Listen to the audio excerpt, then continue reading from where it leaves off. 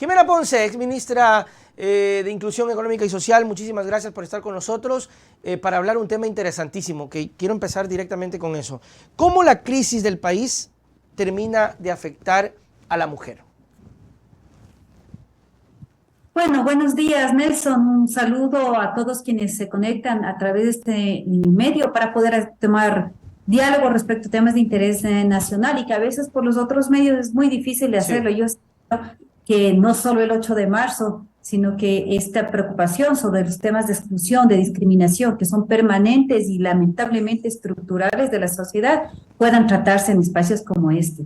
Efectivamente, la discriminación que vivimos, que como insisto es estructural, permite o hace que los grupos discriminados, los grupos excluidos sean siempre los que más sufren con cualquier condición de dificultad de la sociedad, la pobreza, la delincuencia, el acceso a derechos, el acceso a la salud, por ejemplo. Cuando hay distorsiones, cuando el sistema no funciona adecuadamente, pues quienes más sufren y sufrimos de estos distorsiones del sistema somos los grupos excluidos. Y entre estos, un grupo no menor, por el contrario, mayoritario, que es del 51% de la población, las mujeres somos quienes básicamente sufrimos en todos los niveles, absolutamente en todos los niveles. Si quieren, empezamos por hablar de las mujeres profesionales con Sí, por títulos favor.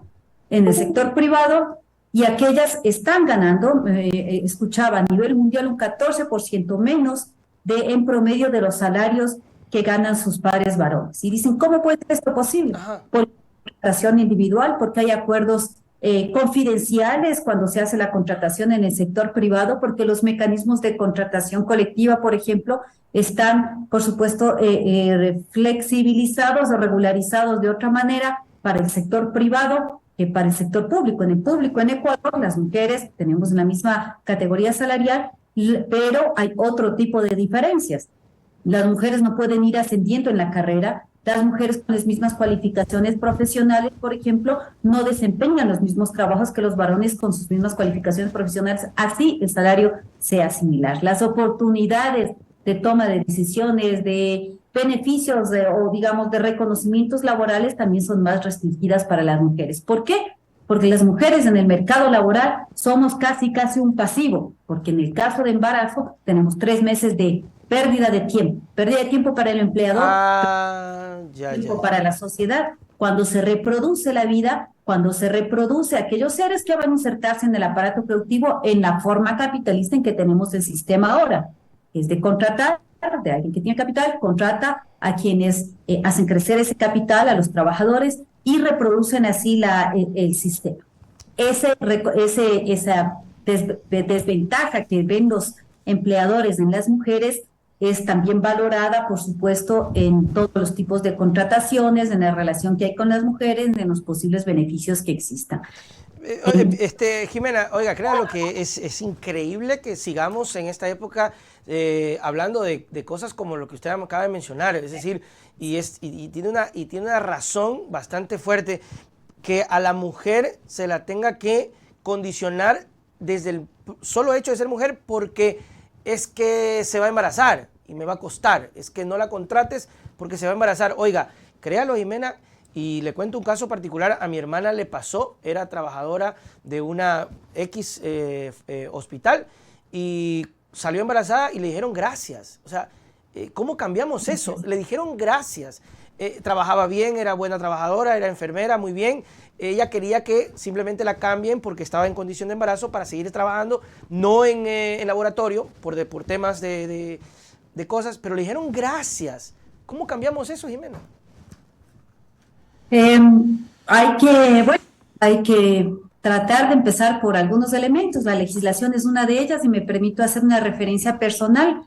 Cuando estuve en la legislatura en el 2017, presenté un proyecto de ley para regular o para promover el equilibrio del trabajo en el domicilio, el trabajo no remunerado, con el trabajo remunerado a través de las licencias, para hombres y para mujeres. Yeah. De que solo las mujeres nos permitan los permisos para cuidar a los niños, para ir a las reuniones de educación, para cuidar a nuestros familiares enfermos o para las tareas de cuidado, también desbalancea esta relación de equilibrio que debería haber en el cuidado, que está en el artículo, me parece, el 333 de la Constitución, en que de la familia nos encargamos todos y Claro. todas. Esa ley fue tratada, fue planteada, pasó un primer debate, lamentablemente nosotros ya estábamos de ese grupo de asambleístas de salida y no se la volvió a tratar. Entiendo que hay algunos proyectos de ley, como siempre se ocurre, se descubre el, ¿cómo se llama?, el hilo negro, entonces llega otro proyecto de ley, otro proyecto de ley con otra autoría y estos van superponiéndose y la discusión se va lamentablemente alargando. Pero cuando estaba en estas discusiones teníamos datos, por ejemplo, del sistema de salud pública, del Ministerio de Salud, en el que nos indicaban el ahorro que significaría que las mujeres podamos dar la efectiva a los guaguas durante 6 meses consecutivos, que los guaguas tengan la lactancia exclusiva como su forma de nutrición, de alimentación. Y esto en estudios del Ministerio de Salud Pública ahorraba dinero incluso al Estado, porque permite un desarrollo adecuado, sano, claro, de los guaguas, en todos los sentidos. Esta, que es una ganancia social, al no ser visto como una ganancia privada, se le quita el valor de ganancia.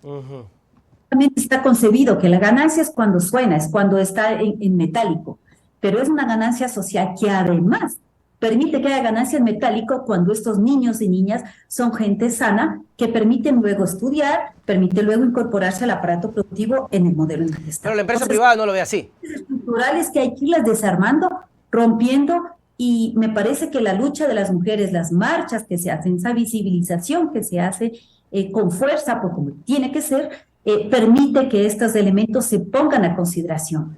Pero no tiene que ser una lucha solo de las mujeres, no tiene que ser en el que estemos además cada año, cada 8 de marzo bregando. El año pasado, incluso contra la fuerza pública, que pensó que era peligrosísimo, y arremetieron con caballos y metieron presas a mujeres, o en Cuenca, que pintan los muros y la gente sale indignada porque se pinta un puente para visibilizar el tema de las mujeres violentadas, de los femicidios, y la gente sale a repintar el puente porque no quieren que esto se vea. Piensa que no viéndolos, no escribiéndolos, no sucede. Y al contrario, mientras más invisibiliza, más puede estar sucediendo. Más grave es la impunidad. Lamentablemente la empresa privada no lo ve así cuando estábamos hablando sobre, y usted lo decía, sobre el tema monetario, lamentablemente no lo ve así. No sé cómo, ojalá existan algunas otras formas de corregir eso, porque sí creo que debemos estar en todas las condiciones iguales. Pero tengo un dato acá que revisaba sobre el INEC y habla sobre que la mujer termina trabajando más. ¿Cómo es eso? 14 horas más. Así es, 14 horas más a la semana de lo que trabajan los pares varones, sus compañeros en el hogar.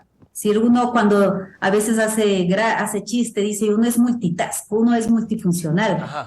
Uno puede, como dicen, caminar y mascar chicle al mismo tiempo, y eso las mujeres a veces lo decimos con un tono de superioridad, para nada.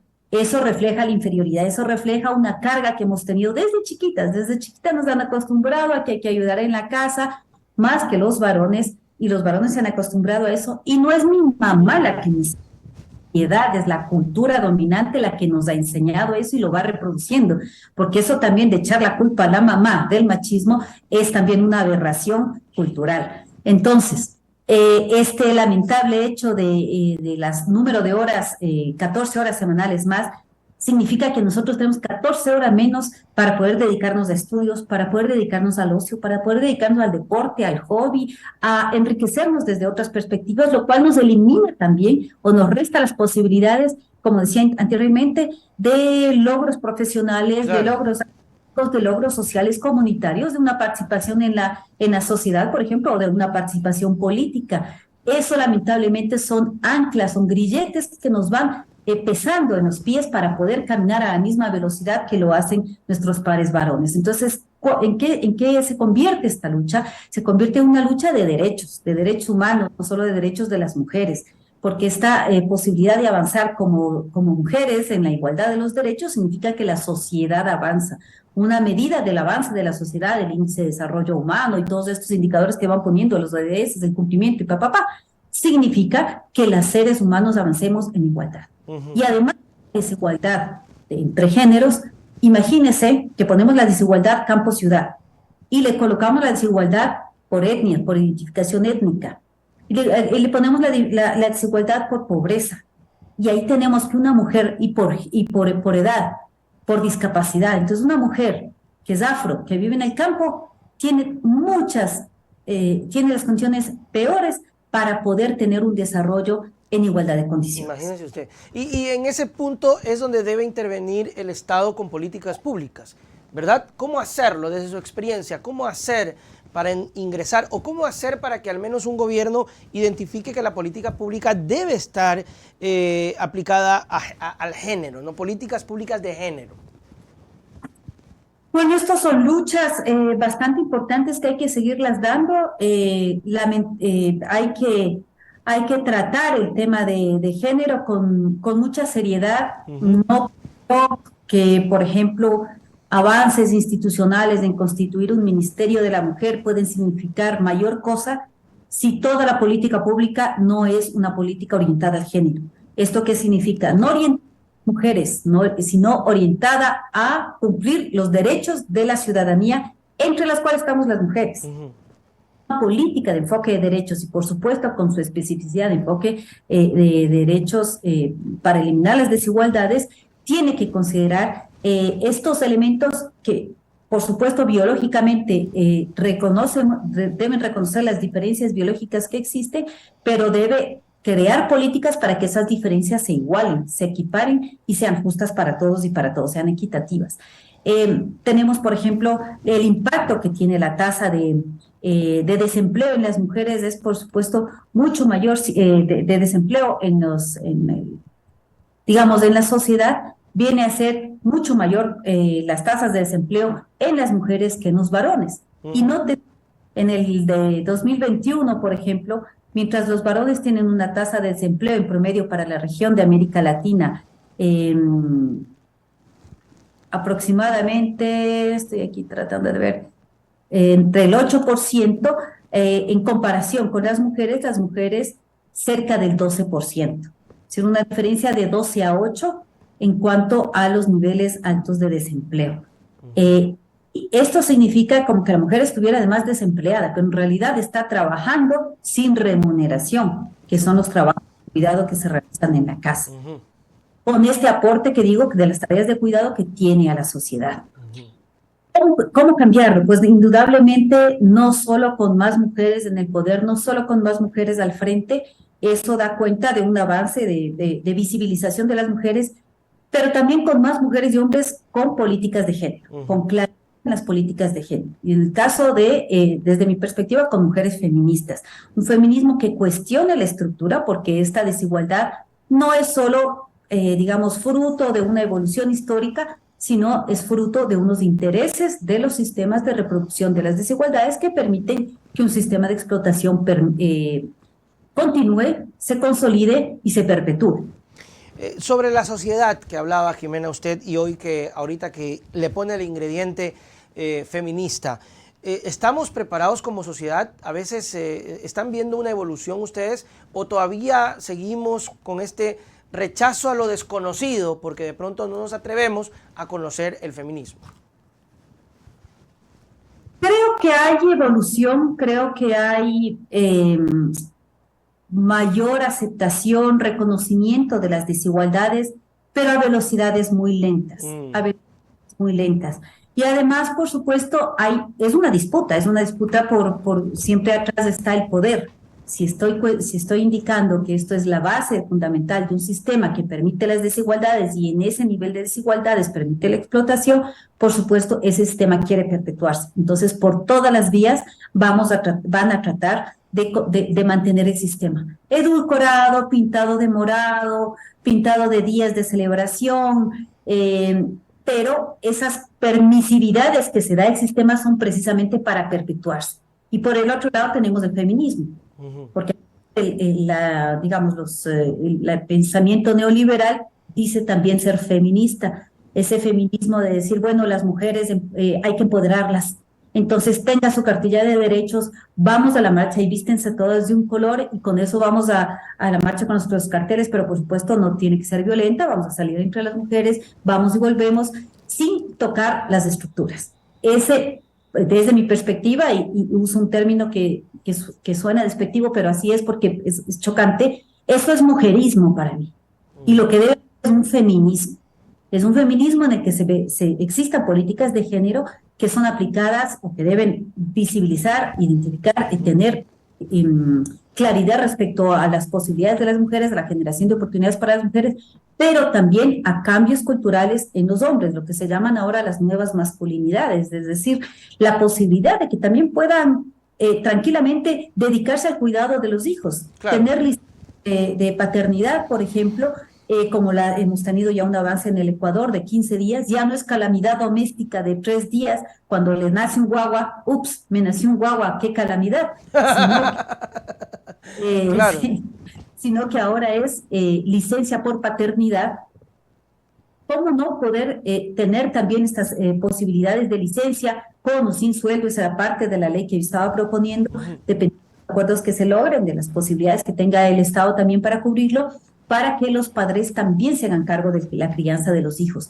¿Qué tenemos ahí? Tenemos una sociedad mucho más bonita, más cariñosa, más consolidada, hasta para poder evitar incluso desde esos elementos. Ahorita tenemos una campaña por la desnutrición infantil en la que seguramente estarán invirtiendo millones. Tenemos campañas para educación, tenemos campañas para la prevención de la delincuencia por un lado, por el otro, cuando esto podría ser también elementos de cuidado que los vayamos consolidando al interior de nuestras familias con el cuidado más directo de nuestros hijos e hijas por parte de todos los responsables de la crianza de la niñez. Entonces, hay elementos, me parece, estructurales. Creo que uno de los avances es este sistema del cuidado.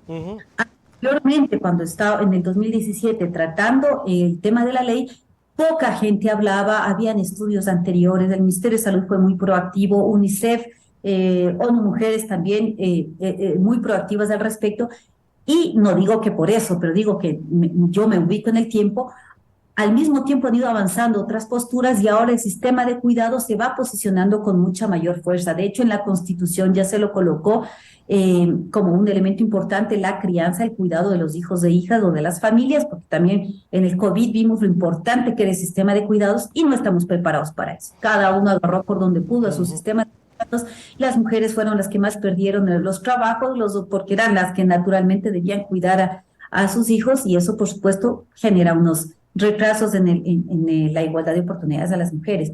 Entonces, ahí hay un elemento importante. Y otro elemento que creo que yo me parece que es de avance, es esta conjunción de agendas. Me parece que la marcha de la Confederación de Nacionalidades Indígenas del 8 de marzo, en ese día tan representativo por los derechos de las mujeres, asumida también desde la organización indígena, que es como organización social la más grande que hay en el país, que sí.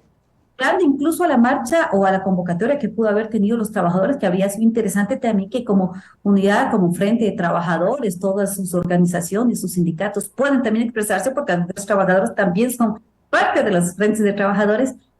Esta confluencia de agendas me parece que un paso, yo lo veo como muy positivo, fue esta expresión pública, simbólica, de una marcha del sector de la organización indígena acompañando la agenda de las mujeres. Esto me parece que da esperanzas de que las luchas se vayan entrelazando y vayan siendo un frente popular que vaya precisamente recogiendo estos temas, los temas de ambientalistas, los temas de trastocar la economía, que es un sistema económico excluyente y, como digo, acaparador, y que vayan juntándose para que una verdadera fuerza del pueblo permita esta transformación. Eso es bueno, se ha visto, creo que hay un avance, creo que está permeando y creo que definitivamente hablarlo, debatirlo, conversarlo, es un avance, es que la gente en sus casas tenga esta información, sepa que uno como varón no es menos si tiene que hacerse cargo de la casa, que tiene que también cuidar al hijo, que esto no es solamente un trabajo de uno, sino de dos. Entonces yo creo que sí, yo creo que estamos poco a poco avanzando y hablarlo y exponerlo es un gran avance. Sami por acá en el chat me decía si esto pasa definitivamente por el tema de dinero. Es decir, si es que económicamente se equipara el hombre y la mujer, todo se alinea. ¿Podría ser o no? No necesariamente. Nosotros pero en este yo momento... creo que sí, perdón que le interrumpa Jimena, pero creo que, a ver, más allá de la retórica, yo creo que sí, debe haber un tema de, como decir, realidad y que ganemos iguales o qué sé yo. Sí, de concreción. Exactamente, eso es. Claro, de concreción. En el tema de los salarios, el salario es en metálico y por supuesto ahí me parece que la expresión de la igualdad se da en la igualdad de salarios y sea electrónico, es de esta simbología de metálico, es dinero.